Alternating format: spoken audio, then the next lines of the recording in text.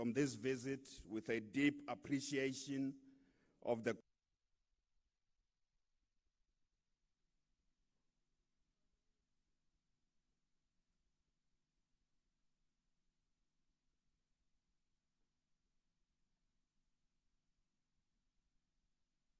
complex.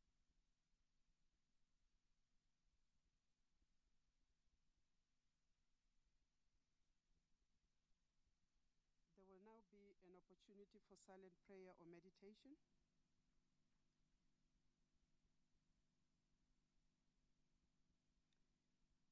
Thank you. Please be seated.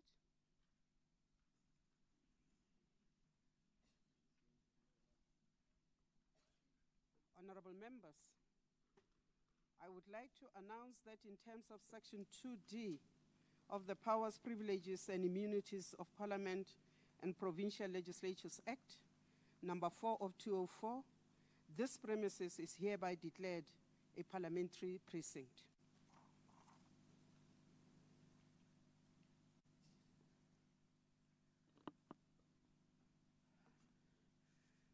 Order.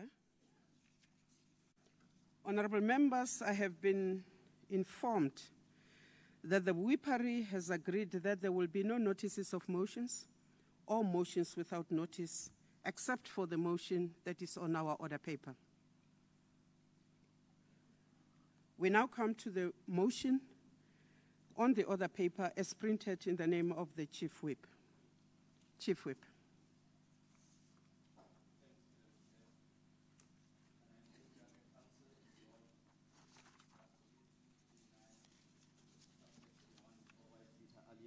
Consideration of a bill may not commence before at least 3 working days have lapsed since the committee's report was tabled, be suspended for purposes of consideration of the Division of Revenue Amendment Bill, Bill number 34, 2018. I so move, Chair. Thank you, sir. Honorable members, as there is no speakers list, I shall now put the question. And the question is that the motion be agreed to. As the decision is dealt with in terms of Section 65 of the Constitution, I shall first ascertain whether all delegation heads are present in the chamber to cast their provincial votes.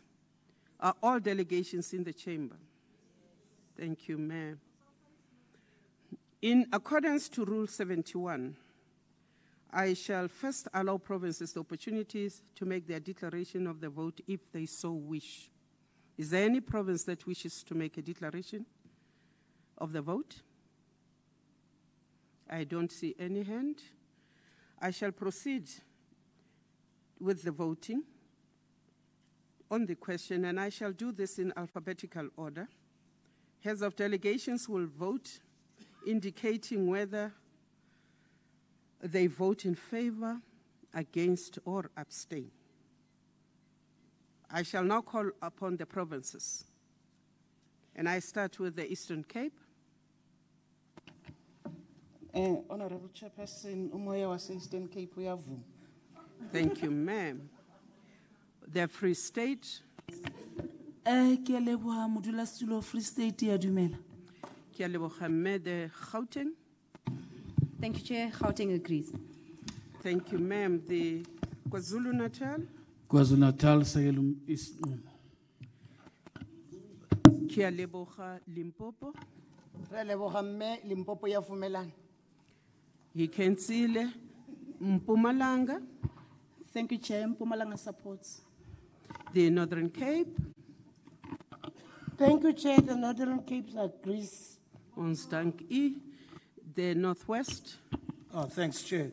Northwest agrees. Ke a leboga the Western Cape. The Western Cape agrees. Thank you. All provinces have voted in favor, and therefore the delegation has, therefore the question has been agreed to in terms of Section 65 of the Constitution. The Secretary will read the first order of the day. Consideration of Division of Revenue Amendment Bill, B34, 2018, and report of Select Committee on Appropriations thereon. I have the pleasure to call on the Honorable C.J. de Beer.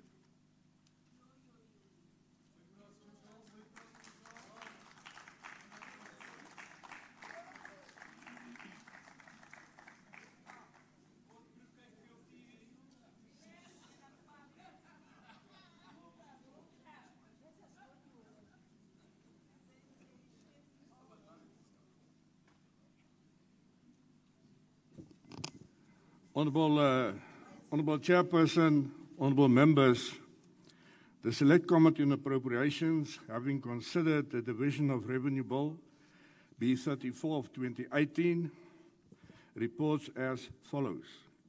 The Division of Revenue Amendment Bill was tabled in Parliament on the 24th of October 2018 by the Minister of Finance during the presentation of the MTBBS.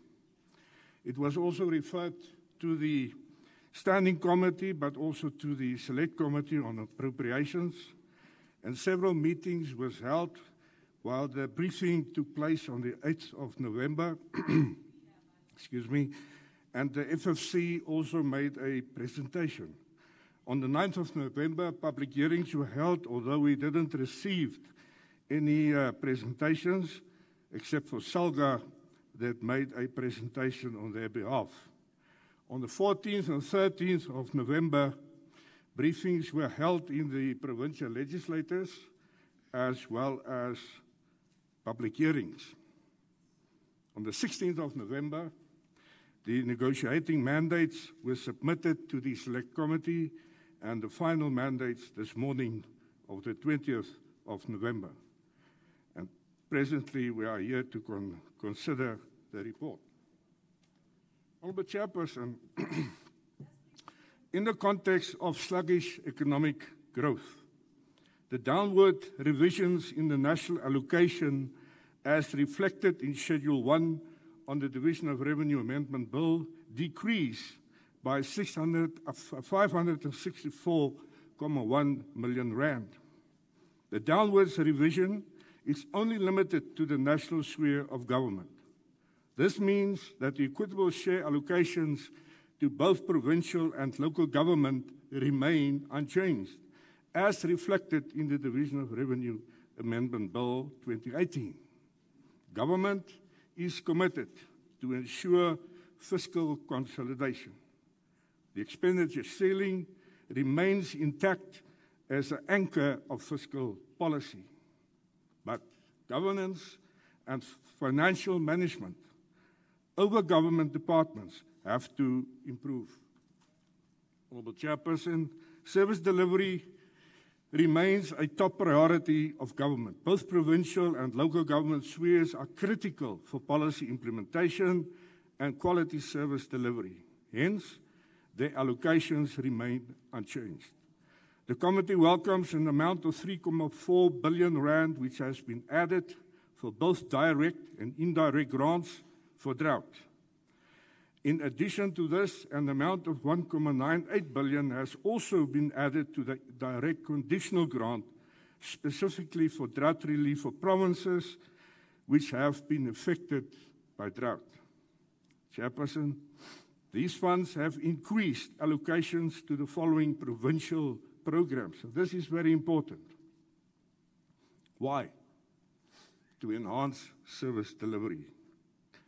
The grants we refer to is the Comprehensive Agricultural Support Program, the Land Care Program Grant, the Provincial Disaster Relief Grant, the Provincial Disaster Recovery Grant, ring-fence additional funds for the Education Infrastructure Grant, the Schools Infrastructure Backlog Grant, the Health Facility Revitalization Grant, the National Health Insurance Indirect Grant, the Human Settlement Development Grant, and for the ring-fencing finance linked to individual subsidy programs in human settlements. What does it mean?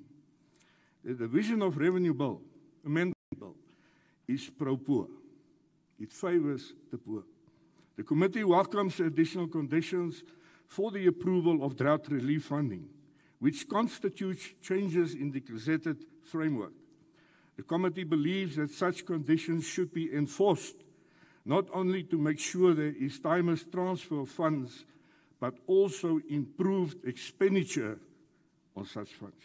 The committee welcomes the reprioritization of funding to enable the creation of 2 new health grants, referring to 350 million rand that has been reprioritized from the National Health Insurance Indirect Grant to fund the new human resource capacitation component to pay for the much-needed health specialists.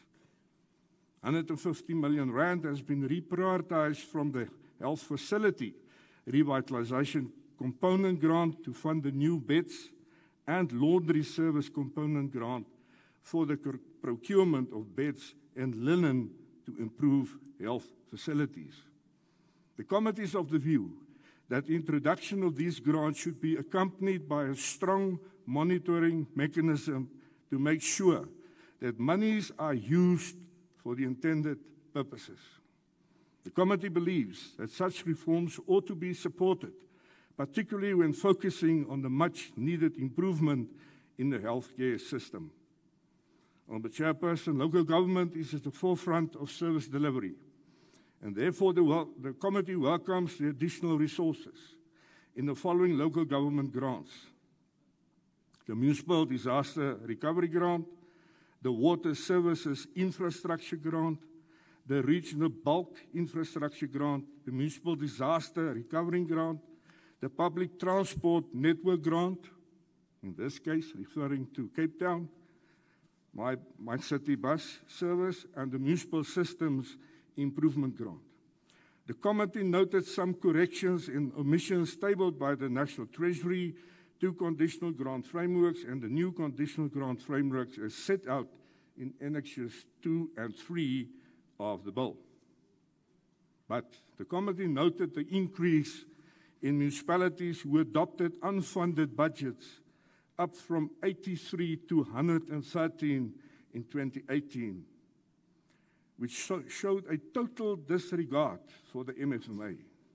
Equality, the committee is concerned about the lack of project oversight in local government, wherein councils were approving project funding without making any follow-up visits to such projects.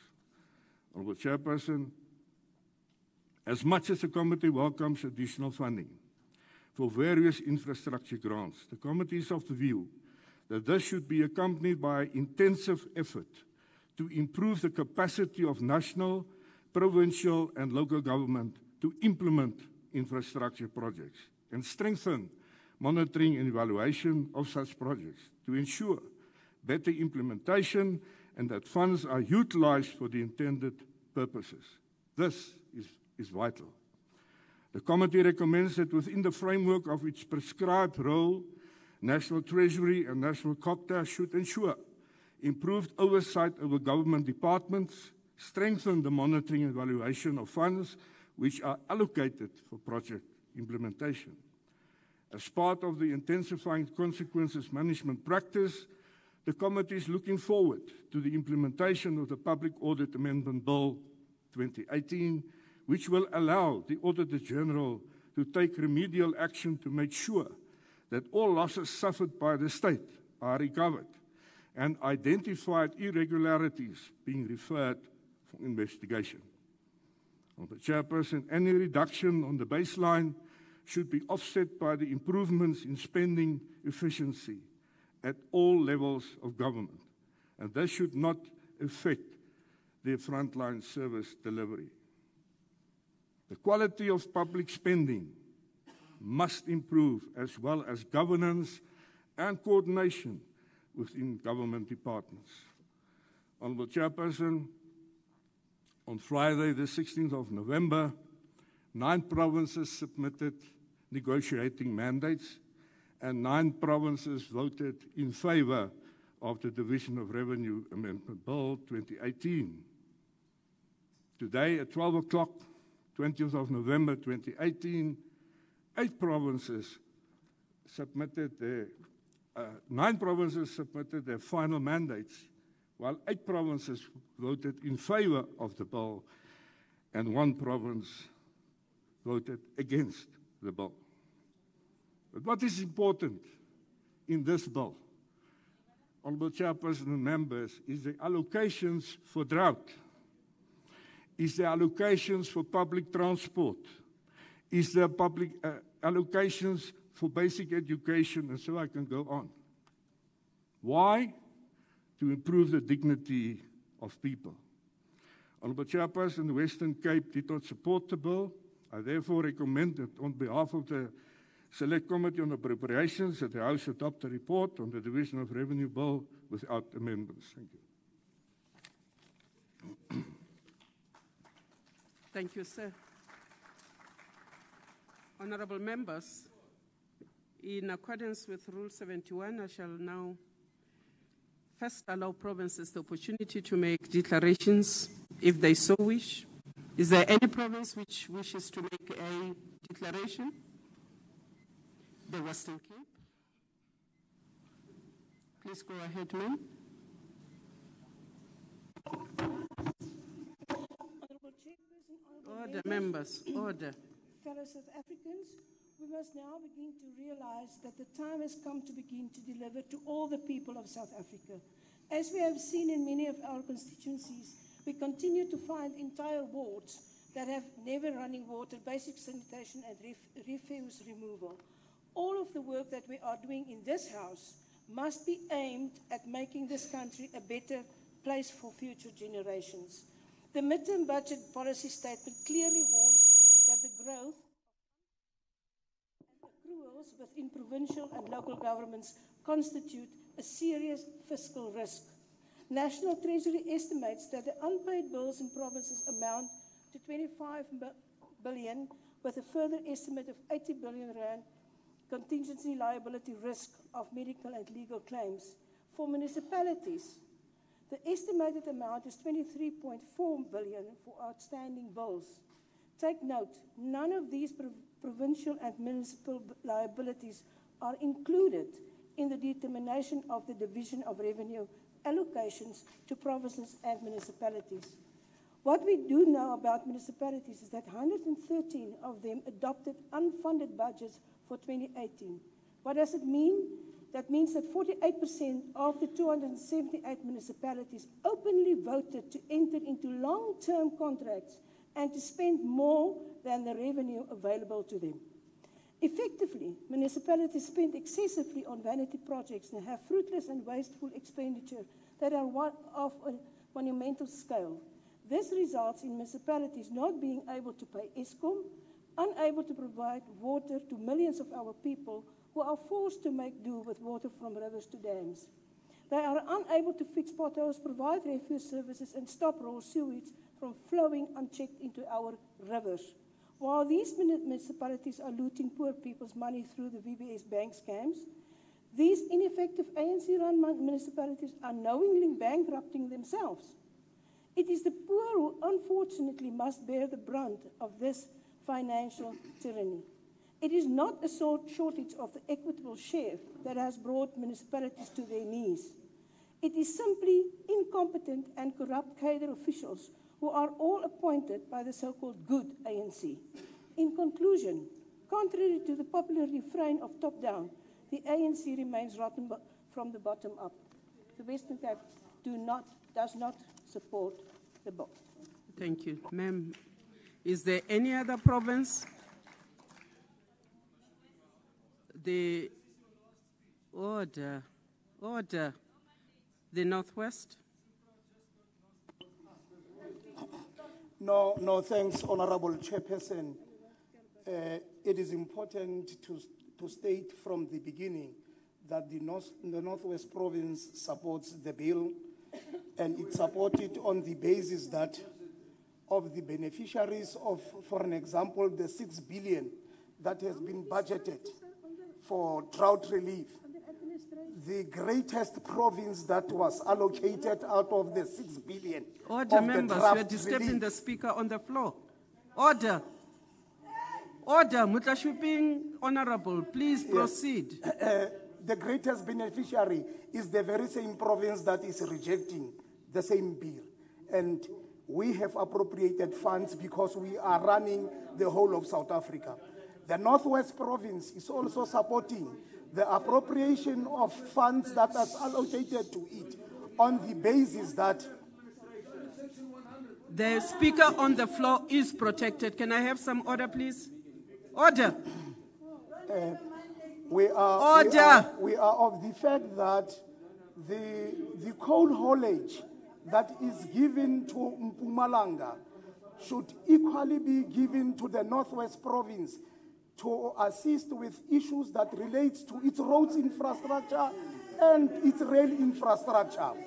And the reason why we want the coal haulage, it is because the Northwest Order. Province is the greatest Order. producer of cement. We have Sipaku, PPC, and the third one, I will remember now, which are the three greatest cement producers. And we produce platinum and chrome. And these are factors that we are saying would Honorable alleviate. Mutlashupin, please hold. On a point of order on a declaration, Honorable Asak, on which, Thank you, just tell me Chairperson. what you want to do. Chairperson, with due respect, but I believe the member is out of order because it is for National Treasury to express themselves in a matter of this nature, seeing that the province is under Section 100 administration. So he's totally out of order with due respect to this House. Thank you, Chair. Honorable Asak, you are out of order. The legislature of the Northwest is not under administration. The province is made up of the executive and the legislature. The legislature is not under administration. They have deliberated on the matter. Please proceed, Honorable Mutlashupin. And it is on those bases that we are. On a point of order, Chair. On a point of order, Tate Mutlashupin, take your seat. Thank you. Chair, as a permanent delegate from the Northwest Province, there's no mandate that the province must submit a declaration. So the declaration that Honorable Mutlashupin is submitting before you is not the true reflection of what we have discussed as a delegate. Keep quiet. Shh. Order, members. You are making noise. Order. The leadership is on the podium here. Order. I'm addressing a proper leadership. Please address me. Yes, ma'am. That is my submission, Chair. Thank you. Honorable members, members of parliament come from provinces. You do have a responsibility in your deliberations as members who represent provinces to get the mandates, to help explain the issues at a national level, but you also are not robots that you cannot think when you represent the provinces. In that way, I want to continue with the business of the state. Ndate Mutlashupin, you've got 1 minute left. Yes, no thanks, Chair. It is Make it important. clear. Honorable Mukweli, please, Laulech. What is your point of order, Me Goni? Point of order, Yaga Chairperson, our the permanent delegates, Northwest, like for instance, Honorable Mutlashupin, It's not a robot.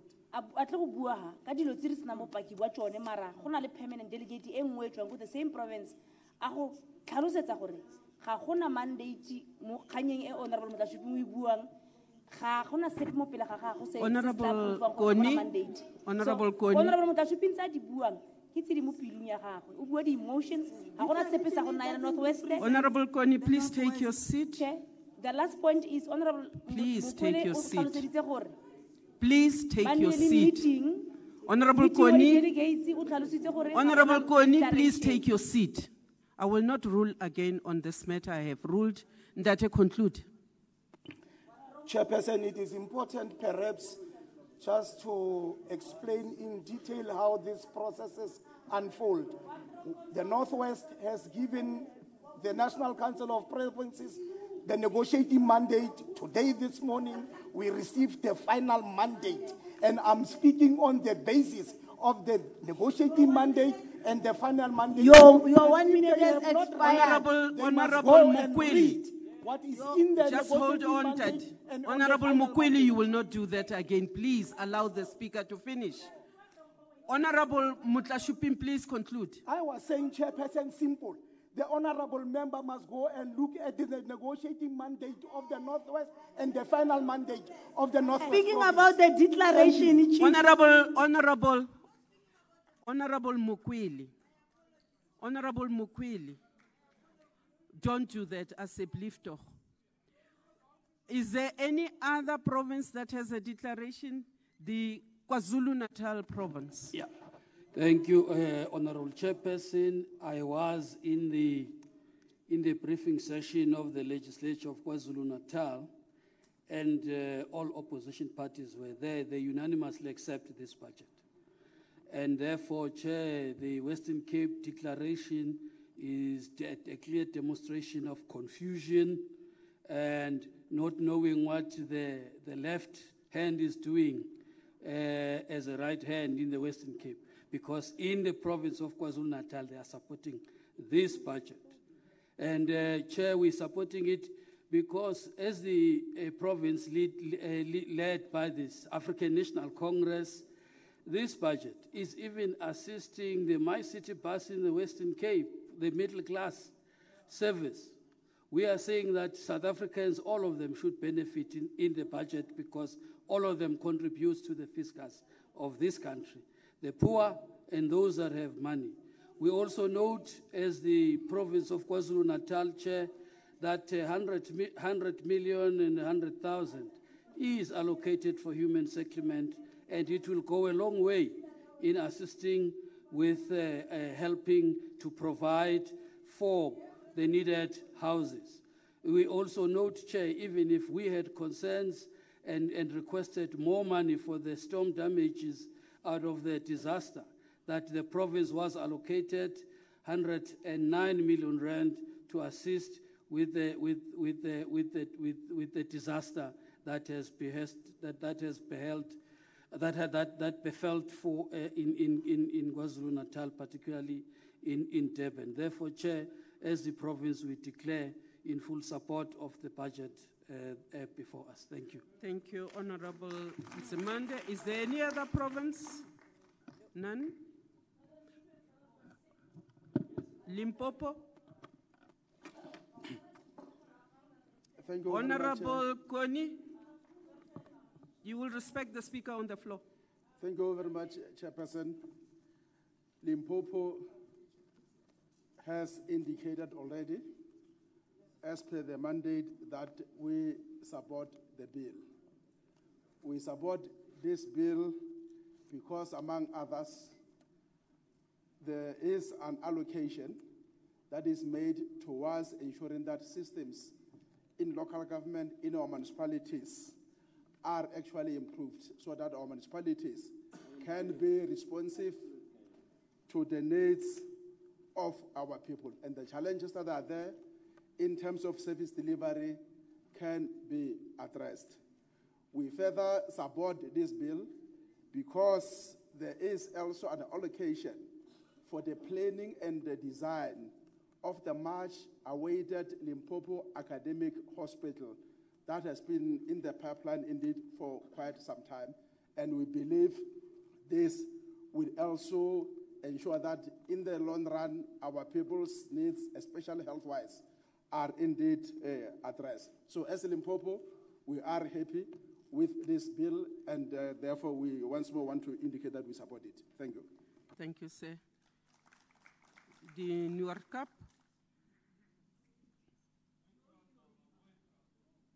Thank you, Chair. Chair, the Northern Cape strongly support the bill because Honorable members, this member is protected. She's on the floor. Please proceed, ma'am. Because it's going to help with the issues of inequality, poverty, and unemployment with the drought relief in the Northern Cape province. So we, the Northern Cape, support the bill. Thank you very much. Honorable members, is there any other province? None. We can then proceed to the vote, and I shall, in accordance And I shall, in accordance to our alphabetical order of provinces, start with the Eastern Cape. Please indicate whether you are for, against, or abstain. The Eastern Cape. Siyabulela sihlalo walendlu iphondo le Eastern Cape liyayichasa. Siyafo. Enkosi. Siyabonga. The Free State? Thanks very much, Honorable Chairperson. Free State vote in favor. Thank you, ma'am. Gauteng? Thank you, Chair. Gauteng votes in favor. Thank you, ma'am. KwaZulu-Natal? Siyabonga sihlalo iKwaZulu Natal isupporta umbiko. Thank you, sir. Limpopo? Re a leboga mme Limpopo e ema le pego. Re a leboga mme. Mpumalanga? Thank you, Chairperson. Sifunza sasempumalanga siyayemukela. Re a leboga mme. Northern Cape? North Cape stem some stool setter. Thank you, ma'am. The Northwest? Northwest. Man, Northwest votes in favor. Thank you, sir. Honorable Esak, don't do that again. It's a gross violation. The Western Cape? The Western Cape do not support. I'm sorry, I didn't hear. The Western Cape does not support. Thank you, ma'am. Honorable members, all heads of delegations have voted. 8 provinces have voted in favor. 1 province has voted against. And therefore, in terms of Section 65 of the Constitution, the bill is declared agreed to.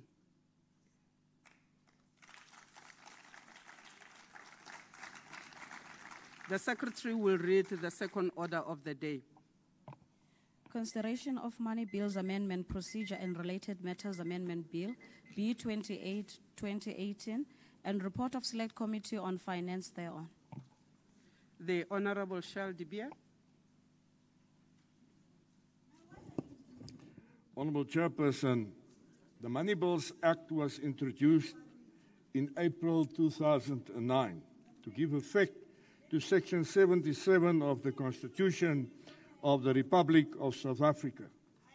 The Act provides for a procedure to amend money bills before Parliament and to present the interest of the people on public finances through public participation in the budget process. Implementation of the bill experienced technical challenges that required a review. It was resolved that the finance committees in both houses, the NA and the NCOP, should evaluate the application of the Act and report on matters related to it, which included both not limited to stringent timeframes and the sequencing of various money bills. The bills was also referred to the Select Committee on the 28th of August 2018. The committee received briefings from the Parliamentary Legal Advisor on the 12th of September and the 9th of October 2018 and deliberated on the technical challenges in the Act in a series of meetings and invited the representatives of the provincial legislators to participate in the review.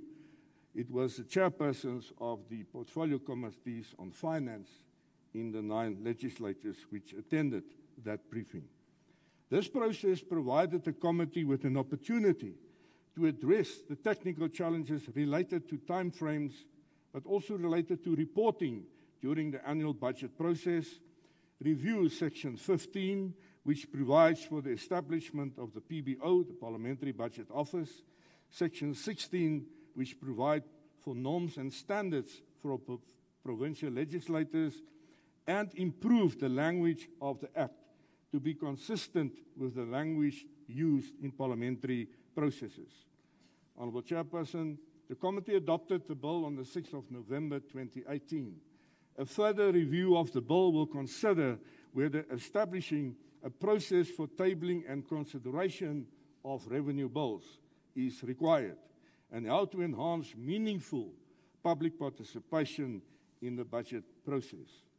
The Select Committee on Finance, having considered the Money Bills Amendment Procedures and Related Matters Amendment Bill B28 of 2018, referred to it and classified by the Joint Taxing Mechanism as a Section 75 bill, reports that it has agreed to the bill without amendments. The EFF agreed to the adoption of the bill with reservations, and the DA reserved its position on this report. I hereby table the report for consideration by the House. Thank you, Honourable Chair. Thank you. That concludes the debate. I shall now put the question. The question is that the bill be agreed to. Honourable Chabango. Point of order. House Chair, House Deputy Chair. The EFF said it agrees with the Honourable bill. Honourable Chabango, you'll have an opportunity as political parties to do declaration of vote, if you so wish. Corrections. I'm doing corrections. Okay. This is Honourable Chabango, doing this one in terms of Rule 63, I'll allow political parties to do declaration of vote if they so wish. So But SEFF will do that. I agree, Chairperson, but you must not be told what to do. Because I can see there are people that are. No, can you take your seat? Can you take your seat?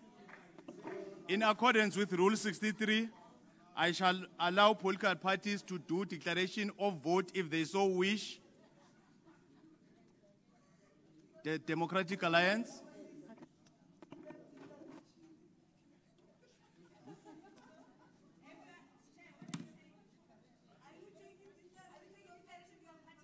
Yeah, political parties. DA? DA? Chairperson, thank you for the opportunity. On behalf of the Democratic Alliance, I'd like to point out that money bills currently only be introduced by the Minister of Finance, which implies that Parliament needed a way to amend money bills that may only be introduced by the Minister of Finance. It remains very clear that prior to the existence of this Act, Chairperson, Parliament, to all intents and purposes, remained but a rubber stamp for money bills. Any amendments to this Act must strengthen the ability of Parliament to hold the Executive to account by ensuring that the 1.3 trillion rand of the budget is used in the best interest of all South Africans. Since this Act was passed in 2009, it has become very evident that the timeframes contained therein were indeed difficult to adhere to and at the same time do justice to process.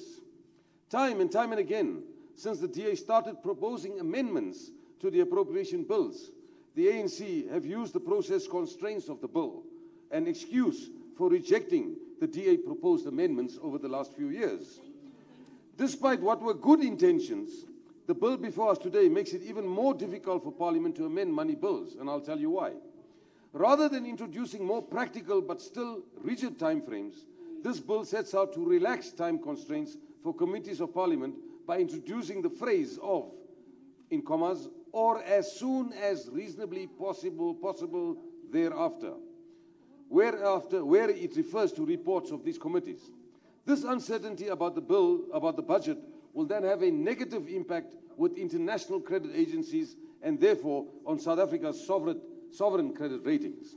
The bill, however, goes somewhere to improve the independence of the Parliamentary Budget Office, but remains and falls short of dealing with all the constraints. I will move towards my concluding points. While there are portions of the bill that we support, there are others that we are not able to support. The Democratic Alliance welcomes, therefore, the efforts to improve the practical application of the Money Bills and Amendment Procedure and Related Matters Act Amendment Bill, somewhat of a jawbreaker. In conclusion, therefore, Chairperson, we do welcome that the Act be further reviewed in the next Parliament when we hope that the outstanding issues that we currently have may be dealt with. I thank you for the opportunity. Any political party? EFF?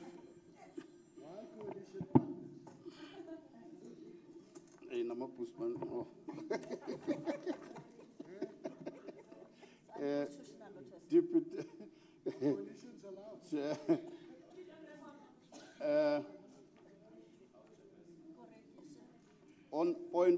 Father, I want to put it I want to put. Honorable Chabango, it's declaration of vote of political parties. I can't hear you. It's declaration of vote of political Yes, parties. that was the slippery of the tongue. Yes. The EFF. Order, members. The EFF does not accept the bill. Reservation, therefore, means that. Thank you very much. Thank you. UTM. Order, members. UTM. Thank you, Chairperson. The UDM supports the bill. However, we must raise a major concern which we've raised on several occasions. The funding of projects in the Eastern Cape. We do believe that if more funding is done for infrastructure, Eastern Cape can boost the national fiscus with the tourism, as we have some of the most beautiful beaches.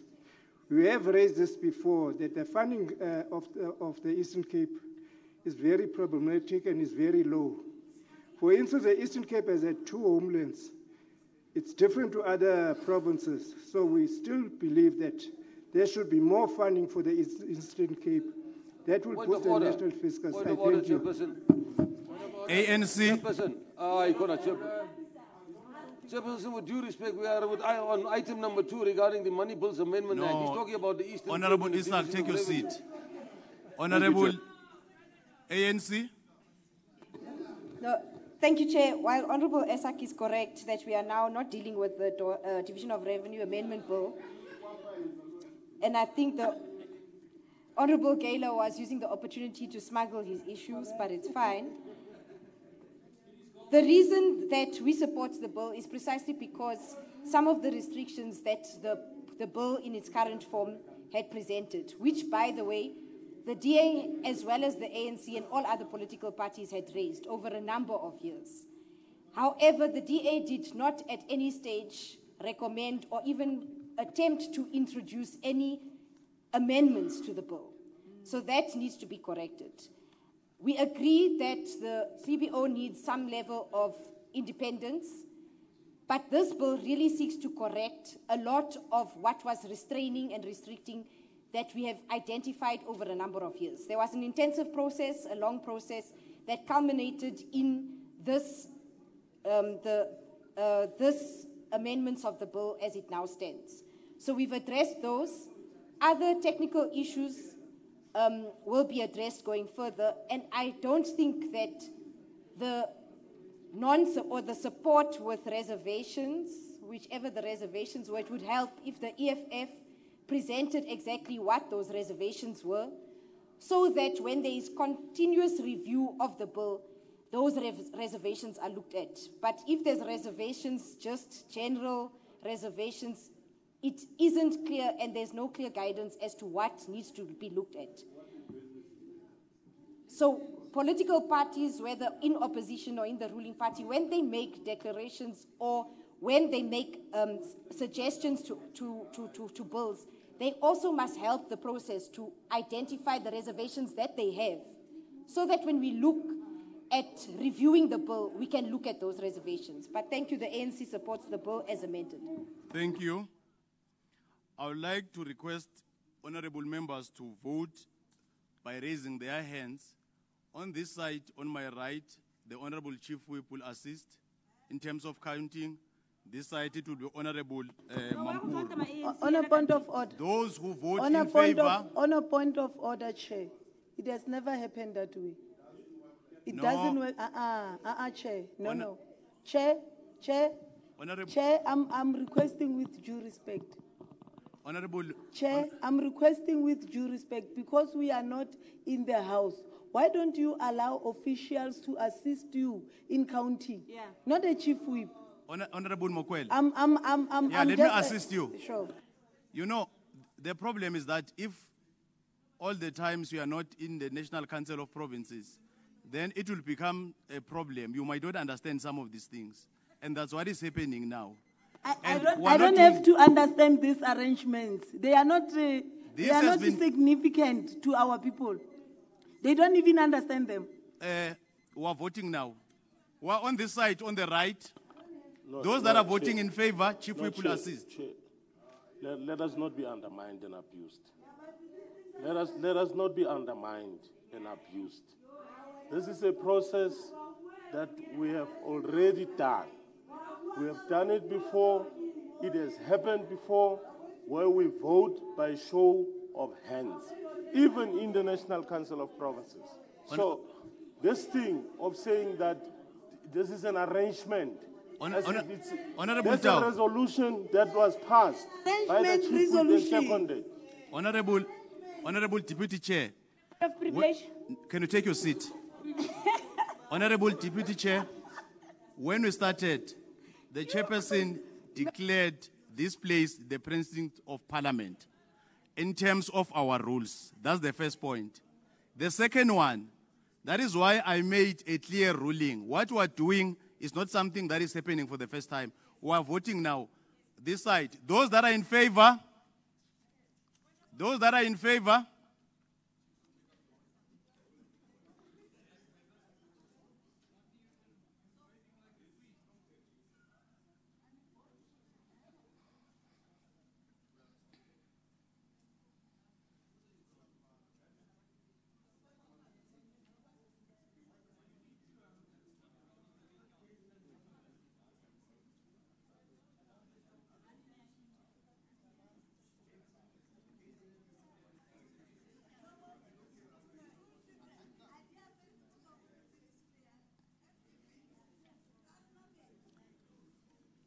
thank you, honorable members. Those that are against,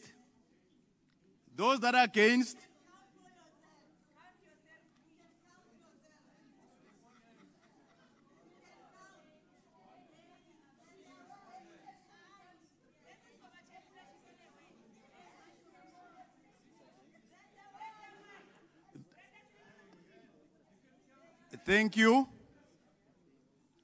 Those who abstain,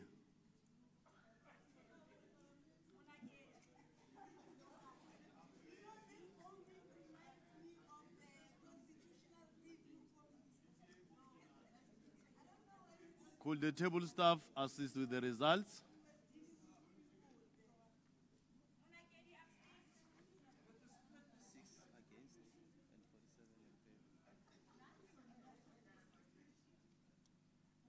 Eh? Okay. 47 members voted in favor, 6 members voted against, no abstention. The majority of members have voted in favor. I therefore declare the bill agreed to in terms of Section 75 of the Constitution.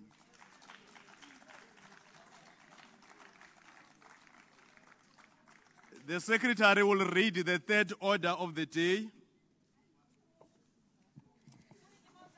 Consideration of report of Select Committee on Cooperative Governance and Traditional Affairs, inspection in loco on notice of intervention issued in terms of Section 139(1)(b) and 5 of the Constitution 1996 in Great Kai Local Municipality dated 15 November 2018. Honorable Mtetwa.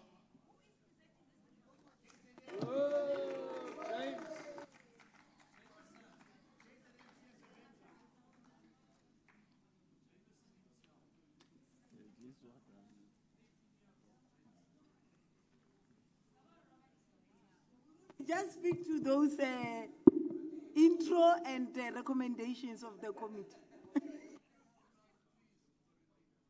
Chairperson, the Provincial Executive Council of the Eastern Cape resolved to intervene in the Great Kai local municipality in terms of Section 139(1)(b) and 5 of the Constitution, after the municipality has failed to fulfill its executive obligations, including non-compliance with the Municipal Finance Management Act, MFMA. In relation to expenditure management, in terms of the Constitution, Section 139(1)(b) provides for general intervention in instances where a municipality fails to fulfill an executive obligation. And Section 139(5) provides for intervention in instances where a municipality is unable to deliver services or meet its obligation due to a crisis in its financial affairs. The situation has deteriorated, leading to poor performance of municipality, thus negative affecting service delivery. Part of the reason of the intervention was because the community started protesting action and complaining, and a number of service delivery projects that were not completed or not started altogether. Matters became worse as the financial status of the municipality started to deteriorate, leading to non-payment of salaries for the month of May 2018. The MEC has engaged the political leadership of the municipality with a view to address the challenges faced by the municipality. Departmental support team of officials produced a support plan that was presented to the municipality. However, the municipality failed to implement the support plan, and situation led to poor performance of municipality and thus negatively affecting a service delivery and further led to a labor unrest. On the 14th May 2018, the MEC met the leadership component of SAMO, and allegations were made with regard to corruption of the Golf Day organization, corruption in recruitment processes, nepotism of appointments, court interdict, abuse of traffic cars, mismanagement of MIG funds, persecution of whistleblowers, and victimization of employees through illegal suspension and disciplinary processes. In its sitting on the 30th May 2018, the Provincial Executive Council, PEC, resolved to approve the intervention in the affairs of the municipality in terms of Section 139B, subsection 1B and 5 of the Constitution. An administrator was appointed for a period of 6 months, subject to review with clear terms of reference, and assumed duties on the 4th June 2018. He is specially appointed to achieve the following milestones: facilitate the appointment of the municipal manager, assist in addressing the challenges currently confronting the municipality administrative, financial, and service delivery challenges, attend to all labor-related challenges with a view to bring back and ensure stability in the municipality, ensure that the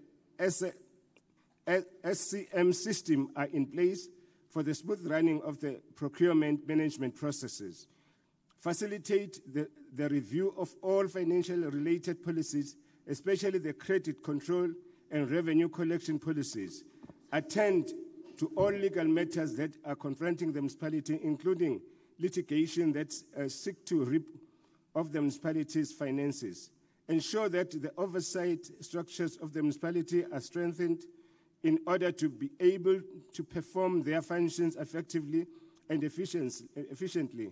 So ensure that the municipality cooperate fully with the forensic investigation processes that might be instituted in the municipality. Deliberations and view of the Select Committee. The municipality monthly salary bill is about 4.3 million, and it is only able to collect revenue of 2 million a month.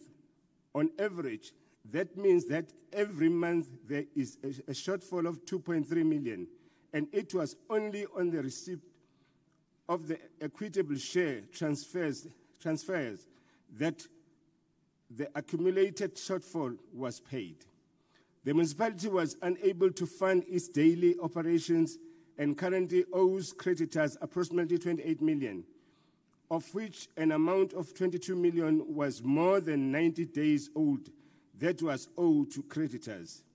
Among other creditors, the municipality owed 1.1 million in staff pensions, 7 million excluding penalties to the South African Revenue Services, 5.8 million to the Municipal Standard chartered accountant of 1.2 million to ESCOM. For the 2016-2017 financial year, the municipality received a financial unqualified audit opinion, meaning the financial statement contained no material misstatements. The findings have been raised on either reporting on the predetermined objects of a non-compliance with legislation or both these aspects. In May this year, the South African Municipal Workers Union, SAMU, and independent municipal and allied trade unions, IMATU, members in the municipality down tools demanding the removal of a senior municipal manager. They have accused the municipality of maladministration, corruption, and nepotism. Earlier municipal offices, and to refuse truck were torched, and the protest workers were calling on the provincial government to take over the administration of the municipality.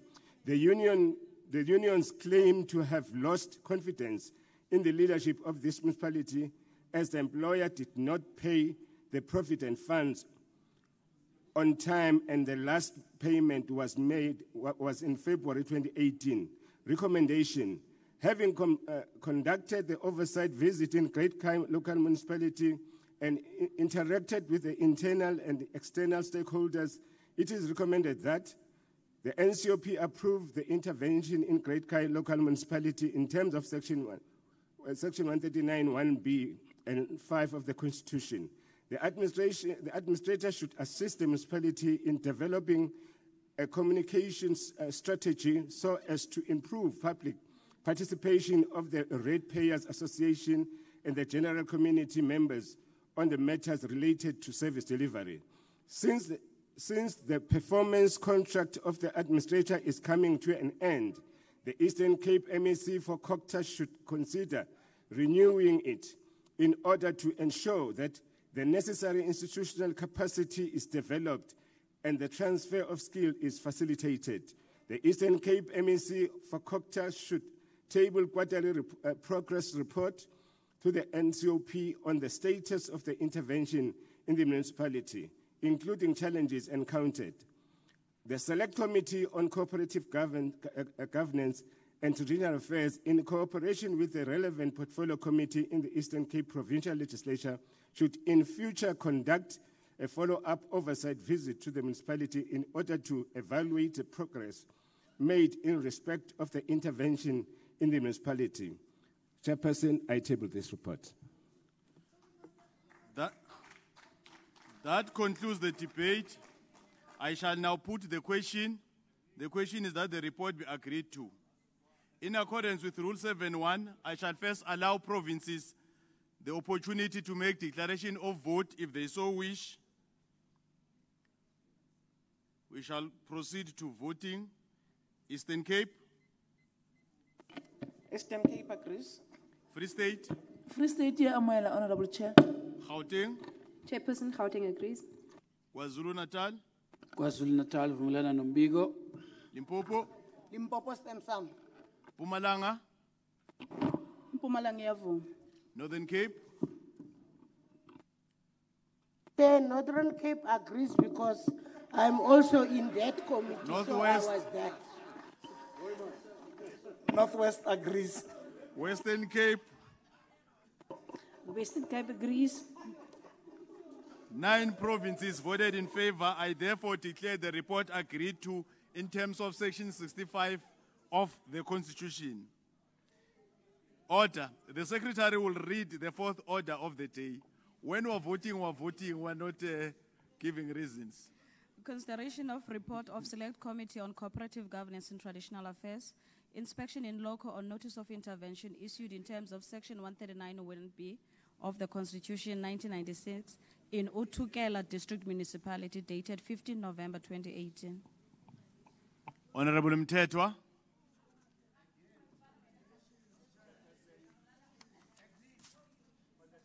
August 2018, the Provincial Executive Council resolved to intervene in terms of Section 139(1)B of the Constitution at Utukela District Municipality. This follows complaints the community have raised on various water and sanitation-related challenges to the subcommittee of the PC. The municipality has been under financial stress for a period of 2 to 3 years. There were various service delivery protests causing major disruption to transport routes. Upon assessment, it was discovered that there was concrete indicators to the effect that the municipal leadership and management had failed in their oversight and administrative role, respectively. Basis for invoking Section 139, subsection 1B of the Constitution. Part of the substantive reasons for the intervening in the municipality included the absence of financial management control and processes which have led to non-compliance. There was absence of municipal leadership for both oversight and administrative responsibilities. There was increase in water distribution losses based on aging infrastructure and theft. Further, there was an alarming increase in regular, fruitless, and wasteful expenditure and absence of plans to mitigate against such risk.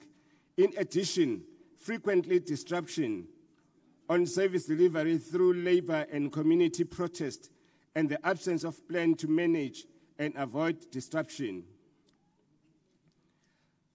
An administrator has been appointed and has been immediately tasked to implement the following recovery plan, among others: preparation and implementation of a recovery plan approved by the Municipal Council, assume responsibility for the whole Water Service Authority function, ensure implementation of financial system policies and procedures, including preparations and implementation of cost-cutting measures, implement governance system and procedures, including oversight over the administration, ratification of decisions taken by the Municipal Council and Executive Committee, Municipal Manager and Section 56 managers in terms of delegated or original authority, ensure the implementation of funding arising from any investigation into fraud or maladministration or corruption,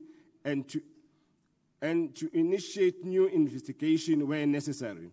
Deliberation and view of the Select Committee. In terms of a municipal transformation and institutional development, the Select Committee has observed the following challenges in the municipality: shortage of skilled staff to perform certain functions, poor condition of municipal building and other facility versus budget constraint, lack of system and procedures, aging infrastructure and poor infrastructure maintenance strategies, and water quality and water losses challenges. Further, revenue from service charges were not accounted for at the fair value of the consideration received or receivable as required by the standard. Additionally, service charges were recorded in the current year while it related to the prior year. This was due to inadequate internal control in the billing and estimation of revenue. The Auditor General was unable to confirm the service challenges by alternative means. Recommendation: having conducted the oversight visit to Gela District Municipality and interacted with internal and external stakeholders, it is recommended that the NCOP approve the intervention in Itukela District Municipality in terms of Section 139(1)B of the Constitution. The administrator should assist the municipality to develop a stakeholder communication strategy on matters related to basic service delivery, including the provision of water and electricity reticulation. The KwaZulu-Natal MEC for Cocta should table quarterly progress report to the NCOP on the status of the intervention in the municipality, including challenges encountered.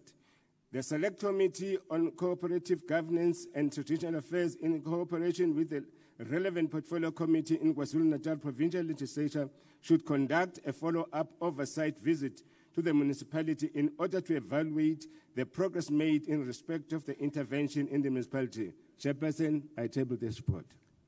That concludes the debate. I shall now put the question. The question is that the report be agreed to in accordance with Rule 7.1. I shall first allow provinces to make declaration of vote if they so wish. We shall now proceed to voting. Eastern Cape. Agreed. Free State. Free State support, Chair. Gauteng. Gauteng agrees. KwaZulu-Natal. KwaZulu-Natal, Segela. Limpopo. Limpopo re a dumela. Mpumalanga. Impumalanga iyavuma. Northern Cape. Chair, we do agree. Northwest. Northwest ya dumalana modula studio. Western Cape. Western Cape agrees. 9 provinces voted in favor. I therefore declare the report agreed to in terms of Section 65 of the Constitution. The Secretary will read the 5th order of the day. Consideration of report of Select Committee on Cooperative Governance and Traditional Affairs. Inspection in local or notice of intervention issued in terms of Section 139(1)(b) and 5 of the Constitution 1996 in Enoch Mgijima local municipality dated 15 November 2018.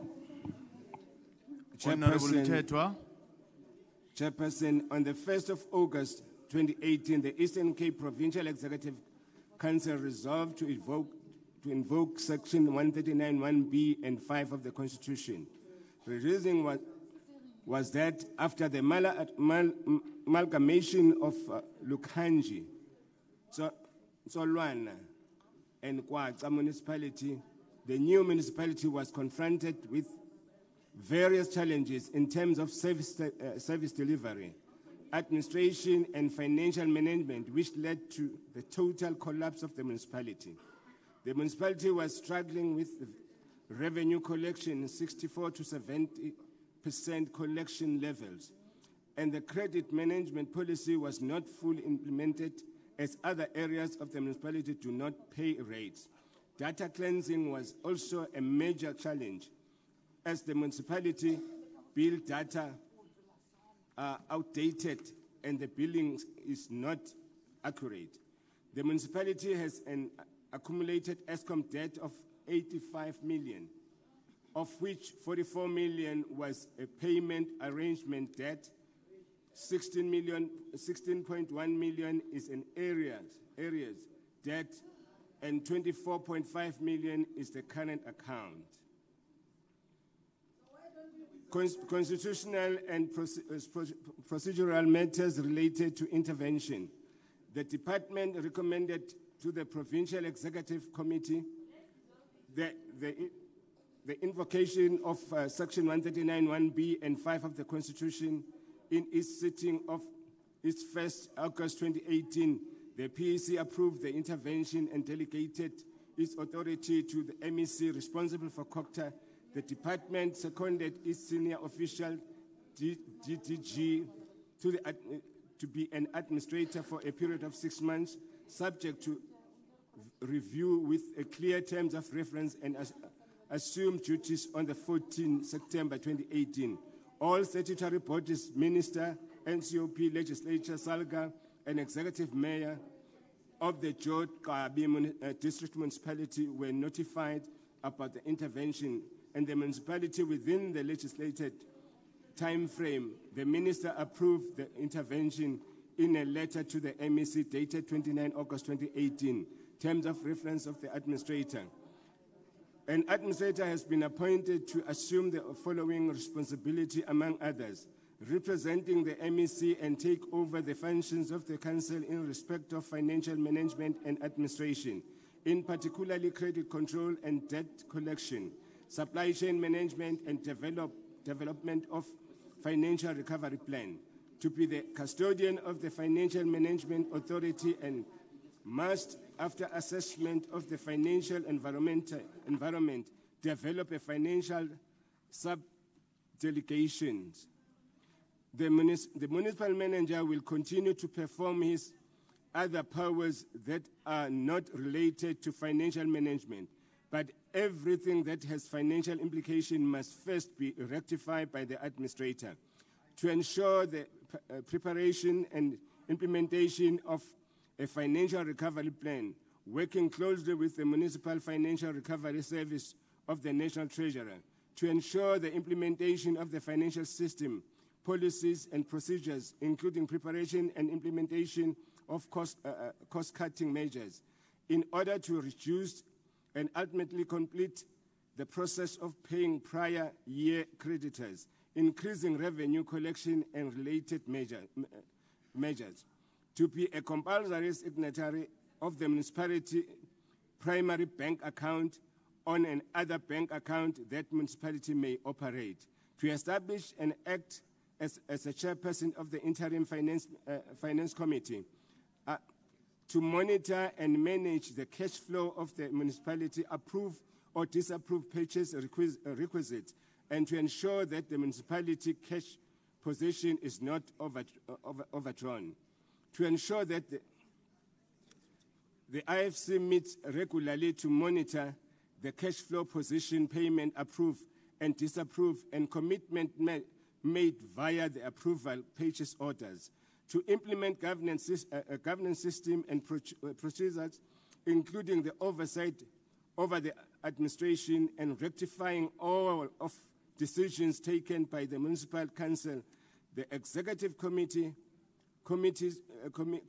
municipal manager, and Section 56 managers in terms of delegated or original authority to ensure the implementation of remedial action plan dealing with negative findings from the Auditor General of South Africa, implementation of all projects undertaken by the municipality, including unblocking projects that have stalled, the open and conclude negotiation with creditors of the municipality, including the application of processes envisaged in Section 152 and 153 of the MFMA, deliberation of and the views of the Select Committee. The municipality is facing with a lot of electricity problems, especially in Queenstown. These problems are characterized by old electricity infrastructure, regular electricity outage, which affect business and household alike. The municipality is losing a lot of revenue on electricity as a result of this problem, and is currently at a very high risk as the electricity infrastructure is deteriorating very fast.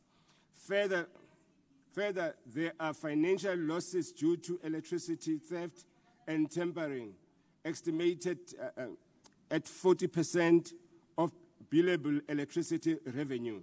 The municipality pays about 48 million per month to ESCOM to bulk supply and generated less in the form of revenue. Lastly, there is a risk of losing a NESA license due to uncontrolled losses. The municipality has exceeded the upper limit of the National Treasurer guidelines. As a result, the municipality's salary budget as a percentage to its operating budget is 36%. Treasury guideline is that salary budget should not exceed 35%. For the 2017-2018 financial year, the municipality received a disclaimer audit opinion, meaning the municipality provided insufficient evidence in the form of documentation on which to base an audit opinion. The lack of sufficient evidence is not confined to a specific amount or represents a substantial portion of the information contained in the financial statement. Recommendation: having conducted the oversight visit to Enoch Mkijima local municipality and interacted with internal and external stakeholders, it is recommended that The NCOP approved the intervention in Inokum-Kijima local municipality in terms of Section 139(1)(b) and 5 of the Constitution.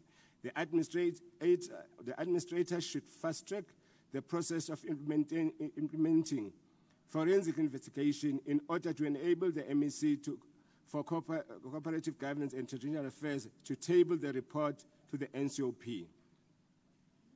The Eastern Cape MEC for Cooperative Governance and Traditional Affairs should table quarterly progress report to the NCOP on the status of the intervention in the municipality, including challenges encountered.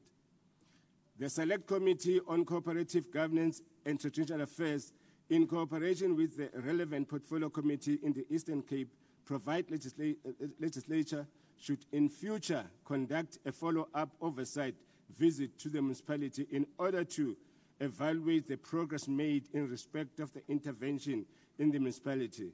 Chairperson, I therefore table this report. Thank you. That concludes the debate. I shall put the question. The question is that the report be agreed to. In accordance with Rule 7.1, I shall first allow provinces opportunity to make declaration of vote if they so wish. We shall now proceed to voting on the question. Eastern Cape. In favor, Chairperson. Free State. Free State support, Honorable Chair. Gauteng. Gauteng agrees. KwaZulu Natal. KwaZulu Natal agrees. Limpopo. Mpumalanga. The status quo remain. We support. Northern Cape. Northern Cape revolutionary support. Northwest.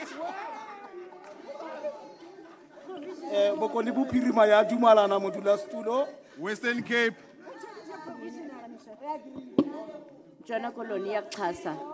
9 provinces voted in favor. I therefore declare the report agreed to in terms of Section 65 of the Constitution. On a point of order. Honorable. Limpopo didn't vote for or against. Limpopo is agreed. Limpopo. And you can't give them voting rights. No, what done? Already they have voted. Honorable Mukwele, what done with voting? In 8 provinces, it must 9 be provinces voted no, in it's favor. not I 9. therefore declare the report It's 8, agreed Chair. to in terms of Section 65 of the Constitution. Honorable members.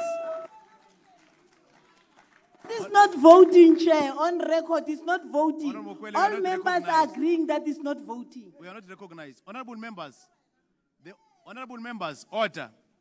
The honorable members that are leaving tonight to Cape Town, the escort cars and the cars that are transporting them are ready waiting outside. Immediately you adjourn, let them rush straight to the cars. That concludes the business of the day. Honorable members, you are requested to remain standing until the procession leaves the chamber. The House is adjourned. To Limpopo, I have